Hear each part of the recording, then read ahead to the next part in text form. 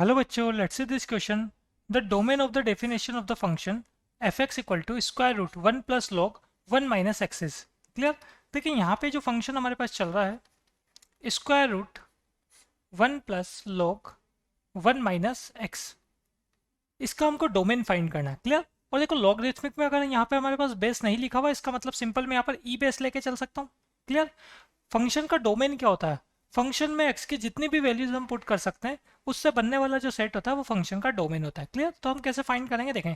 सबसे पहले हम बात करें यहाँ पर, ये जो हमारे पास स्क्वायर रूट के अंदर चल रहा है, स्क्वायर रूट के अंदर की जितनी भी वैल्यूज है always greater than equal to zero होनी चाहिए। ठीक है, तब जाके वो रियल नंबर आएगा। तो इसका मतलब one plus log one minus x with base e, ये कैसा होना चाहिए? Greater than equal to zero होना चाहिए। ठीक है।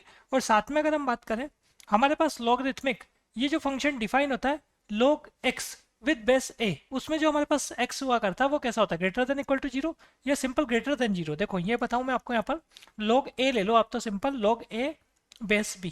इसमें अगर हम बात करें, ये डिफाइन हुआ करता है हमारे पास a ग्रेटर देन जीरो के लिए। ठीक है।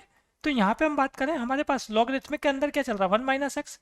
तो वन माइनस एक्स कैसा होना चाहिए? ग्रेटर देन जीरो होना चाहिए। ठीक है। तो इन दोनों को सोल्व करते हैं इंडिविजुअल। फर्स्ट वाले को सोल्व करेंगे तो हमारे पास आ रहा है यहाँ पर log वन माइनस एक्स।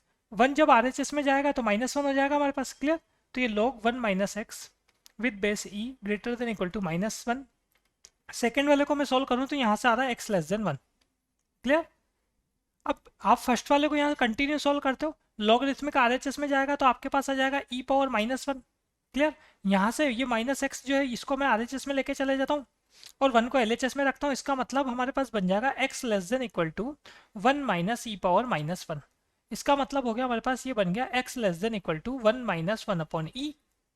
तो एक्स हो गया हमारे पास e minus x less than equal to हो जाएगा e minus one upon e के। क्लियर। यहाँ से x less than equal to e minus one upon e, ऐसा बन जाता है हमारे पास ये। क्लियर। तो ये दो रिजल्ट आपके पास हो गए। अब आपको क्या करना है? इन दोनों का कॉमन देखना है, वही आपके पास क्या होगा? डोमेन होगा।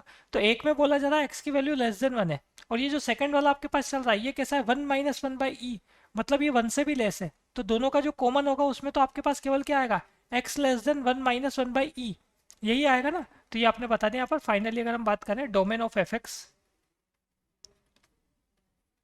तो ये कैसा होना चाहिए? एफ एक्स का जो डोमेन है उसमें एक्स की जो वैल्यूज है वो ई माइनस वन अपॉन ई से कैसी होनी चाहिए? लेस देन इक्वल टू होनी चाहिए। और कहाँ तक लेस देन होगी? है माइनस इन्फिनिटी तक। ठीक है। तो इसका मतलब इसका जो डोमेन होगा वो होगा हमारे पास x less than equal to e minus one upon e, और साथ में ये एक्स ग्रेटर होना चाहिए किससे? माइनस इन्फिनिटी से, क्योंकि रियल नंबर जो है वो माइनस इन्फिनिटी से प्लस इन्फिनिटी के बीच में होते हैं। क्लियर।